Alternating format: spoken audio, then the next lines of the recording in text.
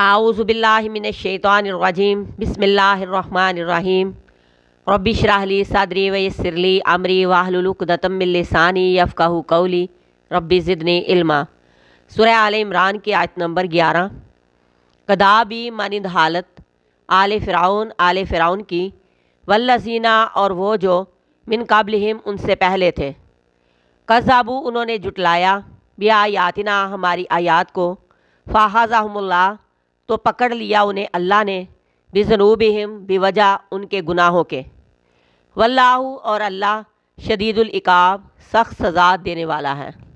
मक्का के काफरों और उन सब इनकार और कुफ्र करने वालों का हाल आले फ़िरौन जैसा है। हर उस बंदे का हाल जो सब दलाइल देखकर सुनकर भी हक से इनकार कर दे। फरमाया गया कि इनका हाल वैसा ही होगा जैसा कि आले फ़िरौन का हुआ।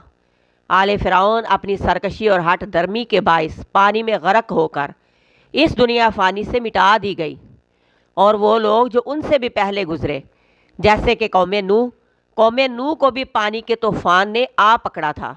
कौम हूद पर हमने बाँझ करने वाली हवा भेजी। कौम सालिया को एक चीख ने आ पकड़ा। कौम लूत का ऊपर वाला हिस्सा नीचे और नीचे वाला ऊपर कर दिया गया, यानी उनकी बस्तियां उल्टा मारी।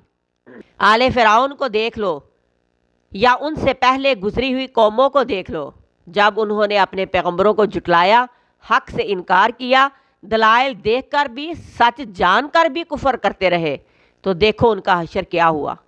इन सब का एक ही कसूर था कि उन्होंने हमारी आयतों को जुटलाया था, तो अल्लाह ने उनको उनके गुनाहों पर पकड़ा। तो अगर अल्लाह तबारक व ताला उनको गुनाहों पर पकड़ सकता है, तो बाद में किसी के पास क्या दलील रह जाती है कि वो गुनाह करके अल्लाह की पकड़ से बच जाएगा। हरगिज़ नहीं, ऐसा नहीं। जो गुनाह करेगा, नाफरमानी करेगा, वो अल्लाह के अज़ाब से बच ना सकेगा।